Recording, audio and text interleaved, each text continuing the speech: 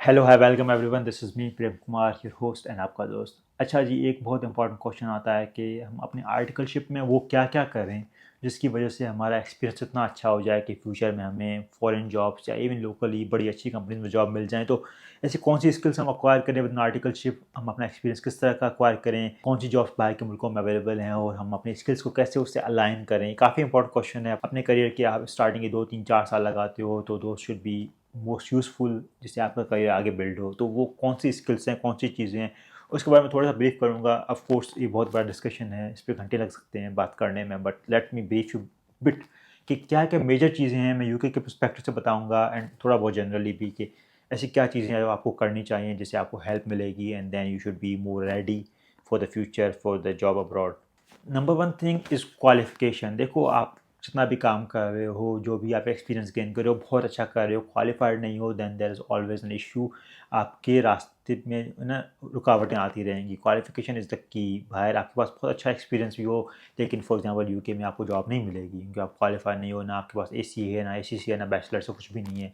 Eventually आप सिर्फ qualification की वजह से स्टक हो रहे हो। तो अपने एक्सपीरियंस के साल के जो 3 4 साल के आर्टिकलशिप जो भी है उसके अंदर make sure you qualify. That's a first and foremost thing. Qualification is important, it's necessary. इसके बिना आगे जाना बहुत मुश्किल है।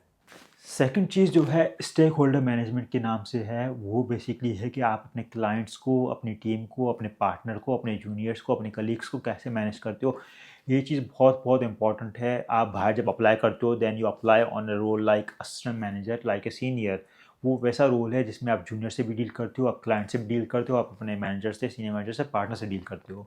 आप इंडस्ट्री में भी चले जाओ, आप लोग डिफरेंट लोगों से डील करोगे। आप एक मैनेजर के लेवल पे जाओगे या आप असिस्टेंट मैनेजर लेवल पे जाओगे तो आप लोगों से डील करोगे। उसके अंदर आपकी स्टेक होल्डर मैनेजमेंट, जो स्टेक होल्डर में सब आ जाते हैं, वो आपकी कितनी अच्छी है, वो आपने कैसे ग्रिप की, वो आपके लिए बहुत इंपॉर्टेंट है आर्टिकलशिप के अंदर। अच्छा, आर्टिकलशिप का ये होता है कि आप अर्ली जब होते हो स्टार्ट में तो लाजमी बात है आप जूनियर होते हो, आप इतना ज़्यादा नहीं कर पाते। बट आप जैसे आगे बढ़ते जाते हो तो make sure you capture those opportunities. आप खुद से नहीं करोगे तो कोई आपको हाथ में ला के नहीं देगा वो अपॉर्चुनिटीज़। ठीक है, आपको खुद को स्ट्राइव करना पड़ेगा कि मैं क्लाइंट से बात कर लूँ, मैं रिपोर्ट दे दूँ आगे, मैं पार्टनर से बात कर लूँ, मैं डायरेक्टर से बात कर लूँ, मैं कैच अप रख लूँ। तो ये काफ़ी ओपन होता है आजकल, पहले से बेहतर है। You should do that, this is very important. Her job description में लिखा होता है कि आपके क्लाइंट रिलेशनशिप्स, आपके और टीम की जो है एसेंशियल इंटरनल कैसे मैनेज करते हो, ये हर जॉब में रिक्वायरमेंट होती है। तो make sure to do that. Number third, अच्छा जी यार, इंग्लिश के बारे में लोग बोलते हैं कि यार इंग्लिश हमारी लोकल लैंग्वेज नहीं है। मैंने पाकिस्तान में भी सुना है, मैंने इंडिया में भी सुना है। इंडिया में कम है, पाकिस्तान में बोलते हैं कि यार हमारी लोकल लैंग्वेज इंग्लिश नहीं है, उर्दू है, तो we should speak in Urdu. हमें इंग्लिश का सच नहीं वो करना चाहिए कि एक बंदा बात कर रहा है तो उसको डिग्रेड कर दे देंगे, यार तुम इंग्लिश में क्यों बात कर रहे हो। देखो, English is official international language, काफ़ी कंट्रीज़ में बोली जाती है और हर जगह पे आपको काम आएगी, स्पेशली अगर आपकी इंटरनेशनल एम्बिशंस हैं। इवन बाहर जॉब नहीं करनी, लेकिन बाहर आपको फ्रीलांसिंग का काम करना, या इवन आप किसी कंपनी में जॉब करते हो, उसकी वो किसी बाहर कंपनी की सब्सिडरी है, इवेंचुअली वो आपको चाहिए ही होगी। आप उसको डिनाई नहीं कर सकते। और बात यह है कि अगर आप उसको इस तरह बोलोगे कि मुझे नहीं करना, मुझे उर्दू में बात करनी है, eventually you won't even learn कि आपको इंग्लिश कैसे बोलनी है। मुझे भी नहीं आती थी यार, मैं आया था, मुझे यूके में स्ट्रगल हुई थी। तो वो इशू है ना, वो उसको दिमाग से निकाल दो, स्टार्ट लर्निंग इंग्लिश बोलने में भी। एंड देन सेकेंडली इंग्लिश लिखना सीखो।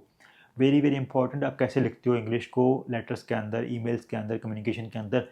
जॉब बहुत सारे लोगों को इस तरह भी मिलती है कि वो लिंक्डइन पे एक अच्छा सा मैसेज लिख पाते हैं किसी सीनियर रिक्रूटर को, किसी पार्टनर को, किसी डायरेक्टर को, वो to to know ask for a job, वो आस्क फॉर रेफरल।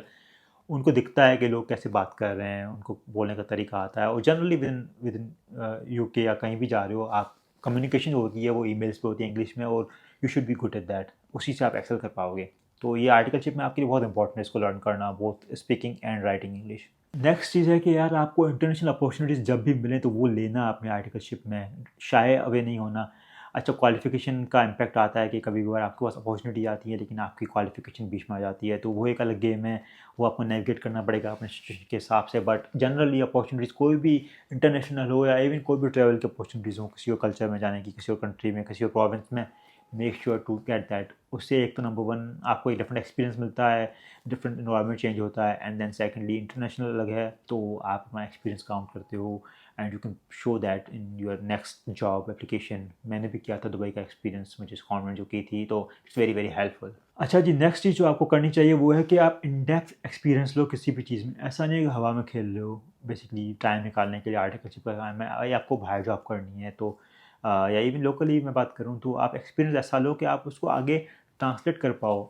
मेरा मतलब ये है कि यूके की एग्जांपल लेते हैं, फर्म्स के अंदर ऑडिट की जॉब्स हैं, फॉर एग्जांपल एडवाइजरी की जॉब्स हैं, आप किसी भी डिपार्टमेंट के अंदर हो तो आप उसके अंदर ऑडिट में सिर्फ सिंपल ऐसा नहीं है कि आपको सब आता है, थोड़ा थोड़ा आप जॉब मिल जाएगी। यहाँ पे डिपार्टमेंट्स अलग हैं, ट्रेजरी का अलग है, क्रेडिट का अलग है, पेंशन का अलग है, जो है एम्पायरमेंट का फॉर एग्जांपल अलग है आपका, और भी बहुत सारे डिपार्टमेंट्स। इस तरह की चीज़ें जो है ना बड़ी इंपॉर्टेंट है। आपकी स्ट्रॉन्ग ग्रिप किस चीज़ में है, इवन एफएस के अलग हैं, नॉन एफएस का अलग है। एफएस में बैंकिंग का एक्सपीरियंस आपका स्ट्रॉन्ग है, इंश्योरेंस का स्ट्रॉन्ग है, जॉब्स स्कैटर्ड हैं।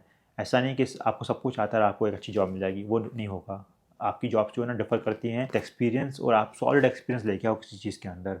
ऐसा नहीं बोल रहा कि आप सिर्फ वही करो, आपको ब्रॉडर नॉलेज भी चाहिए होती है, but make sure you have something strong वो मार्केट डायनामिक्स से लिंक करे। नेक्स्ट चीज़ जो यूजुअली देखी जाती है और आर्टिकलशिप में आपको अक्वायर करनी चाहिए कि आपकी लीडरशिप स्किल्स जो हैं वो आप कैसे डेमोन्स्ट्रेट करते हो, आपके पास एग्जांपल्स होने चाहिए। फॉर एग्जांपल आप कन्फ्लिक्ट रेजोल्यूशन है विद इन टीम, उसमें आपने कैसे अपनी लीडरशिप दिखाई, क्लाइंट की जो है लीडरशिप है वो आपने कैसे शो की, उस तरह की चीज़ें ना, ये काफ़ी बेसिक चीज़ें हैं। बोलने में तो भाई मैंने लीड कर लिया, but how do you prove that you have the examples, तो वो आप चीज़ें मेक श्योर अपने आर्टिकलशिप के अंदर रखो अपने पास, make sure you know them. एक और चीज़ मैं हाईलाइट कर लूँ वो है कि अपने नेटवर्क बढ़ाओ ना।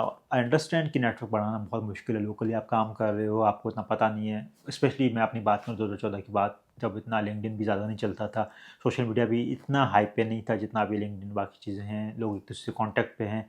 तो it was difficult, right now it's much easier. आप लोगों से कनेक्ट करो, बात करो, देखो क्या हो रहा है हर जगह पे। Make sure you open your horizon, widen your horizon, other than stick के भाई मुझे इतना ही करना है, तो वो नहीं करना। एंड द लास्ट थिंग जो मैं हाईलाइट करूँ वो ये है कि इसेंशली आप अपने करियर के अंदर मेक श्योर आप अपनी soft skills as well as technical skills दोनों एक तो शार्प करो, एंड सेकेंडली आपको ऐसे एग्जाम्पल्स चाहिए होंगे in future to describe yourself. जब तुमसे पूछा जाएगा कि तुमने ये कैसे किया, ये टेक्निकल सिचुएशन मुझे बताओ जिसमें क्लाइंट का इशू किया या कुछ भी हुआ, तो you have the solid examples. अपने करियर में कुछ इस तरह करने की कोशिश करो कि ऐसा नहीं हो कि आप ब्लैंक बिल्कुल अपने प्लेन वनीला आर्टिकलशिप की थी, आपने अर्ली करियर एक्सपीरियंस लिया था एंड देन आपको कुछ नहीं पता आगे जाके, तो वो नहीं करना। अपना एक्सपीरियंस कुछ इस तरह का बनाओ कि आपके पास जवाब देने के लिए कुछ ना कुछ हो।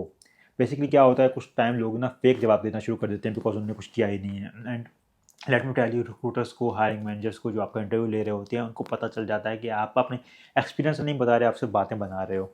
तो ऐसे एग्जाम्पल्स होते हैं ना, वो काफ़ी हेल्प करते हैं अपने इंटरव्यूज़ के अंदर। वो आपकी कोशिश होनी चाहिए कि अपने अर्ली करियर के अंदर आर्टिकलशिप के अंदर आप इस तरह के चीज़ें करो, हर एंगल में। टेक्निकल में हो गई, सॉफ्ट में हो गई, लीडरशिप पे हो गई, मैनेजमेंट पे हो गई, but you have the examples. ठीक है, hopefully this helps. Thank you so much for watching.